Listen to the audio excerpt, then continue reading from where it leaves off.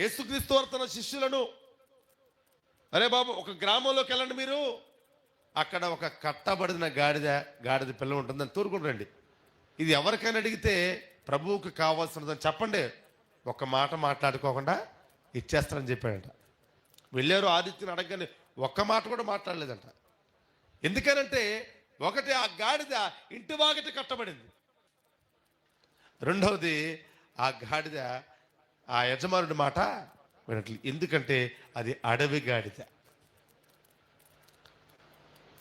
అది పెంపుడు గాడిద కాదు, ఊర్లో పుట్టిన గాడిద కాదు, అది అడవి నుంచి తోలుకొచ్చిన గాడిద. గాడిద అంటే మీకు తెలుసండి, ఈ రోజుల్లో కారు ఎట్లో ఆ రోజుల్లో గాడిద ఎట్లా, అదొక వాహనం. గాడిదకి ఎంతో ప్రాముఖ్యత ఉంది. అది అడవి గాడిద. అడవి గాడిదను సాగు చేయటం సాధారణమైన విషయమో కాదు. అది అవసరమైతే మనుషుల్ని తలకాయతో గుద్దుతుంది, కాళ్ళబెట్టి తంతుంది, ఒకవేళ సామాన్లు వేసినా సరే మొత్తాన్ని కింద పడేసి చల్లా చెదురు చేసి తొక్కేస్తుంది. పెంచుకుందామని తెచ్చుకున్న గాడిని ఇంట్లో పెట్టుకోవాల్సిన యజమాని ఎక్కడ పెట్టాడంట?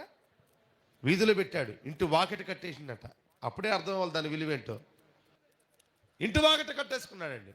అందుకోసమే వీళ్ళు అడగగానే బాబు ప్రభు కావాలా బాబు తీసుకెళ్ళిపోండి. ఎవరైనా ఉత్తిగా ఇచ్చేస్తారా, గౌకులు ఇచ్చేస్తారండి? దేవుడి ఈరోజు ఒక ప్రత్యేకమైన మాట మాట్లాడబడతాడు. మనుషులకు నువ్వు అనవసరమేమో, దేవుడికి నువ్వు అవసరము. స్తోత్రం చెప్పండి గట్టిగా. మనుషుల దృష్టిలో నువ్వు విలువ లేనిదాని అవ్వచ్చు, కానీ నా దేవుని దృష్టిలో నీకు ఒక విలువ ఉంది. నిన్ను తక్కువ అంచనా వేసుకో మాకు. నువ్వు ఎలాంటి వాడమైనా ఎలాంటి దానమైనా నిన్ను ఒక ప్రయోజనకరమైన పాత్రగా చేసుకొనగలిగిన సమర్థుడు నేను ఆరాధిస్తున్నా, నువ్వు ఆరాధిస్తున్నా మన ప్రభుని యేసుక్రీస్తు. ఇంటి వాకిట కట్టబడిన గాడిదను అనేక మంది ఘనతపరిచే విధముగా చేశాడు దేవుడు. స్తోత్రం చెప్పండి గట్టిగా. ఆ గాడిదను అడవించి ఎలా తెచ్చుకున్నాడు, మన కూడా లోకముల నుంచి తన సన్నిధిలోకి తెచ్చుకున్నాడు దేవుడు. నేను ఒక మాట చెప్పమంటారా, నీకెప్పుడు ఘనత తెలుసా, నీకెప్పుడు విలువ తెలుసా, నీకెప్పుడు దీవెన తెలుసా, ఎప్పుడు నీకు ఆశీర్వాదమో తెలుసా? ఎప్పుడైతే నువ్వు దేవుని పనిని మోస్తావో అప్పటి నుంచి నీ ఘనత, నీ విలువ నీ కుటుంబంలో, నీ సంఘములో, నీ సమాజంలో దేవుడు నీకు అనుగ్రహించి నిన్ను దేవుడు తలగా ఉంచుతాడు, తోకగా ఉంచడు, పై చేయిగా ఉంచుతాడు, కింద చేయిగా ఉంచడు.